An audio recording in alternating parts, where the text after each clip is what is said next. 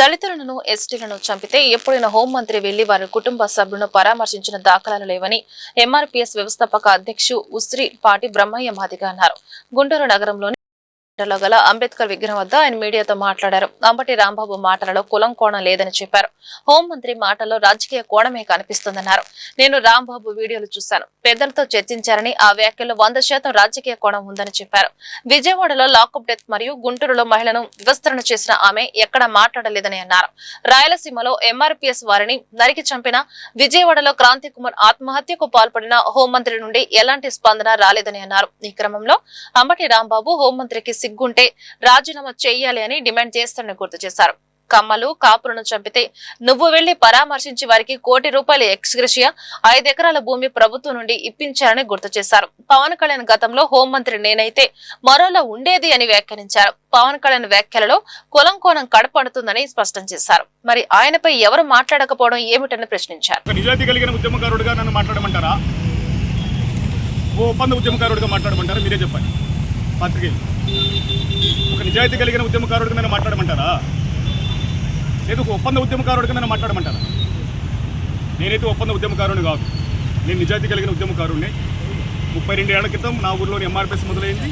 ఆనాటి నుండి ఈనాటి వరకు మాదిగ జాతి ప్రయోజనాల కోసం, మాదిగ జాతి హక్కుల కోసమే నా ప్రయాణం కొనసాగిస్తున్నాను. నేను అడుగుతున్నా,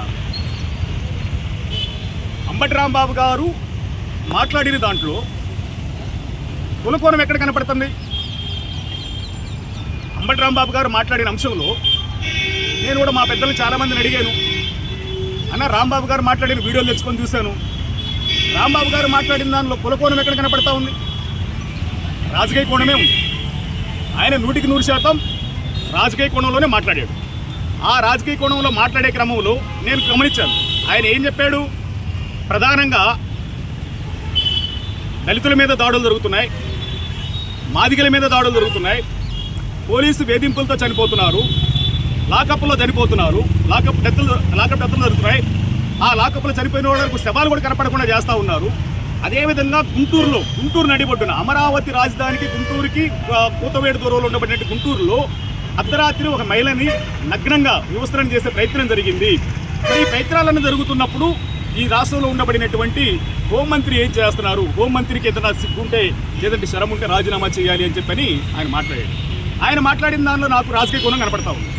కులకోణం అయితే నేను అడుగుతున్న అంబటి రాంబాబు గారిని, ఇదే అనితమ్మని తన సొంత పార్టీలోనే సోమిరెడ్డి చంద్రమోహన్ రెడ్డి నెల్లూరులో ఒక కార్యక్రమంలో పాల్గొన్నప్పుడు అవమానిస్తే ఎవరు స్పందించలేదు. కానీ నేను నెల్లూరుకి వెళ్ళి సోమిరెడ్డి చంద్రమోహన్ రెడ్డికి నేను చెప్పొచ్చాను. అనితమ్మ జోలికి వస్తే, అనితమ్మని అవగౌరవపరిస్తే, అనితమ్మ ఆత్మగౌరవం దెబ్బతినే విధంగా చూస్తే ఖచ్చితంగా మూల్యం చెల్లించక తప్పదని చెప్పిన ఆనాడు నేను హెచ్చరించాను నెల్లూరు కేంద్రంగా. మరి ఇదే క్రమంలో అడుగుతున్నాను, నేను అనితమ్మనే అడుగుతున్నాను. నేను ఒక మాదిగ జాతి ఉద్యమకారుడిగా అడుగుతున్నాను. ఆమె నిజంగా మన మాదిగ జాతికి సంబంధించిన మన చెల్లి.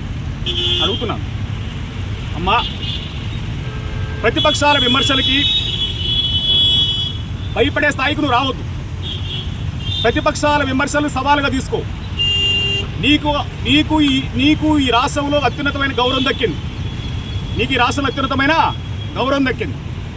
ఆ గౌరవాన్ని నిలబెట్టుకునే ప్రయత్నం చెయ్యి. నేను అడుగుతున్నా, చివరిదే అనితమ్మని నేను అడుగుతున్నా,